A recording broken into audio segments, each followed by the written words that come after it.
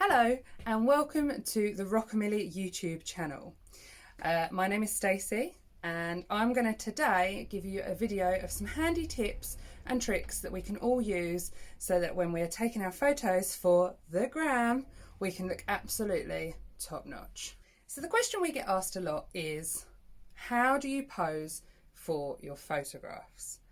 Now, the idea, whether you are boy shape, whether you've got that teeny tiny little hourglass waist, maybe you're a pear like me and you've got smaller bust and bigger hips, the ideal shape and the way that fashion is cut is for an hourglass.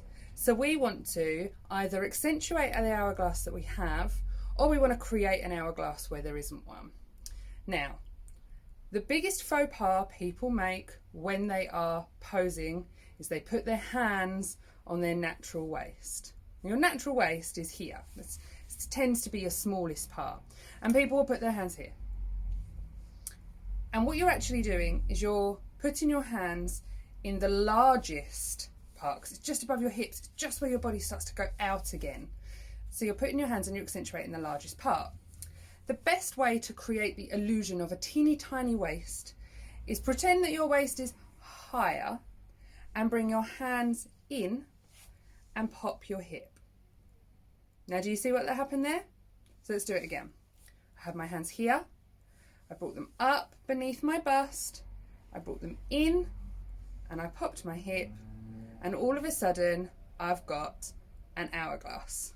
So I've gone from pear to wider to hourglass. Lighting is also key.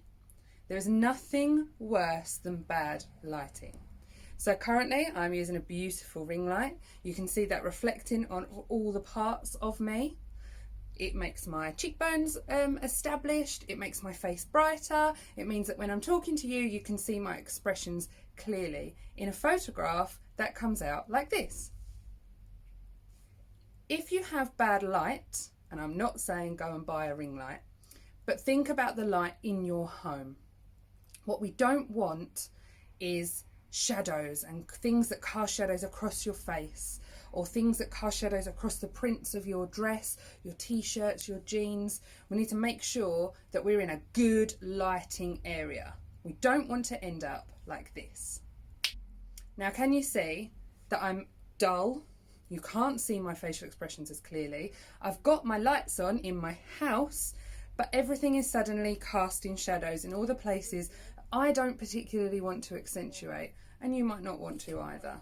So the idea is 100% to make sure you've got that clear light. Like so. Full body shots.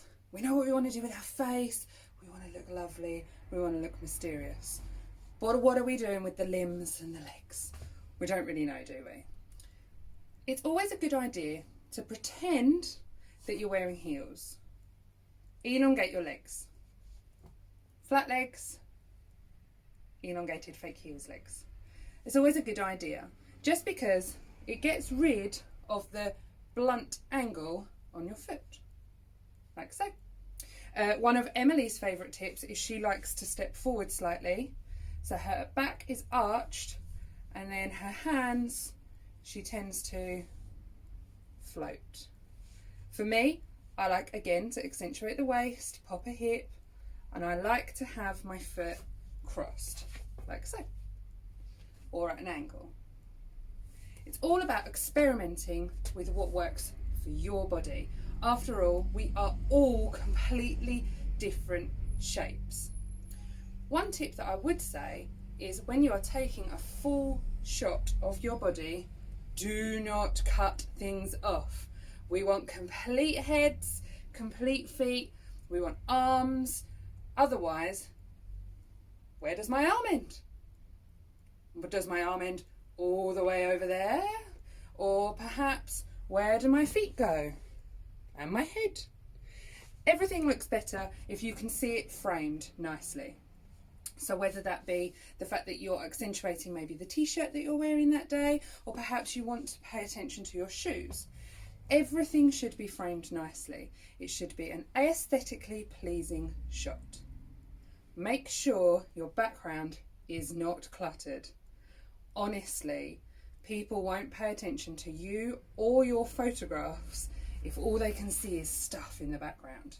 Rockamilly has become known for its flower wall.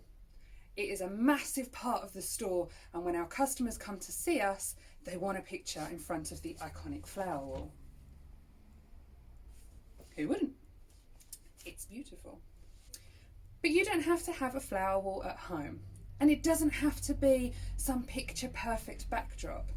Just make sure that if you're in your bedroom and you're taking your cheeky little mirror selfie, you've tidied up where the mirror can see. Shove it out the way if you must, but make sure that your backdrop is always clear and tidy.